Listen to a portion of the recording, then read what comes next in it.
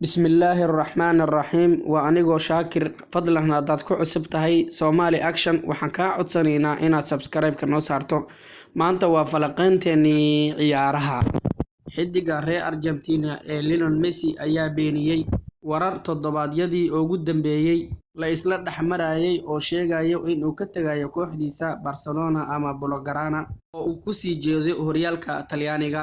Messi waxa uu kale oo ka hadlay xan ku jirta suuqa oo la xidhiidha saaxiibkiisii hore ee kooxda Barcelona ee qaranka Brazil u ciyaari jiray Ronaldinho.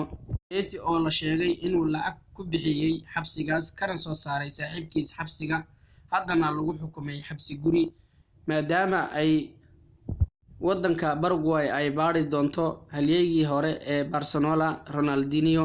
Xiddiga caanka ah ee Bruno Alves oo ballan qaaday 8 halyey ee soo martay kooxda Manchester United, 8daas oo kala ah Ole Gunnar Solskjaer, Veron, Scholes, Ryan Giggs iyo Wayne Rooney iyo Cristiano Ronaldo. Wuxuu ballan qaaday inuu ku dayan doono ciyaareedkeedii ay soo mareen Manchester United una u qaban doono waxyaalo fara badan oo lagu sugi doono.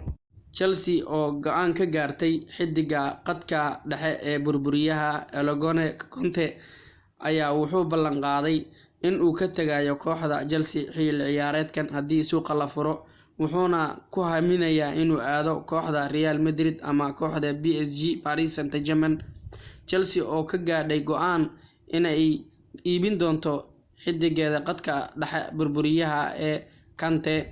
Lionel Messi oo sheegay ninkii ugu cajiibsanaa uu eegi waayay nolol maalmeedkiisa, uu yiri xiddiga waxtarka badan ee kooxda Blaugrana una soo ciyaaray kooxda Arsenal Thierry Henry waan eegi waayay buu yiri ninkaas wax badan ayuu ku soo kordhiyay Barcelona waana nin xirfadiisa aad iyo aad ay u tayo dheer tahay, wuxuuna ku sheegay nin laacib ah oo wax walbana suubin karo xirfadiisana ay khatar tahay. Mikel Arteta coachkii Arsenal oo sheegay xilli ciyaareedka dambe inuu wax ka bedeli doono kooxda The Gunners. Wuxuu yiri kooxda The Gunners waxay u baahan tahay isbedel fara badan, waxaana rajaynaynaa inaan wax badan ka bedeli doono xilli ciyaareedka dambe. Ronaldo Luis Nazario oo sheegay David Beckham inuu yahay ninkii abid uu arkay oo ugu fiicnaa oo qadka dhexe ka dheelo. Wuxuu yiri markii aniga aan ordo strikerka aan dhinaca goosha ku ordo waxaan arkaa banooniga oo garabkayga yaalo. David Beckham waxaan jeclaan lahaa buu yiri kooxda qaranka ee Brazil inuu ugala ciyaaro. Taageerayaasha kubadda cagta oo cod ku kala saartay doodii u dhaxaysay Mourinho iyo Pep Guardiola. Yaya Toure oo magacaabay 5 xiddig ee abid uu ka soo garab ciyaaro, 5 xiddig oo ku tilmaamay Iniesta, Xavi, Messi iyo Thierry Henry. Macalinka reer Jarmal ee Jurgen Klopp oo sheegay shaxdiisii ugu qiimaha badnayd ee abid uu arko in ay tahay Liverpool. Rakitic oo ceebaystay Lionel Messi soona dhigay Twitterka oo asagoo ceebaysanayo una goynayo World Cup-kii 2014.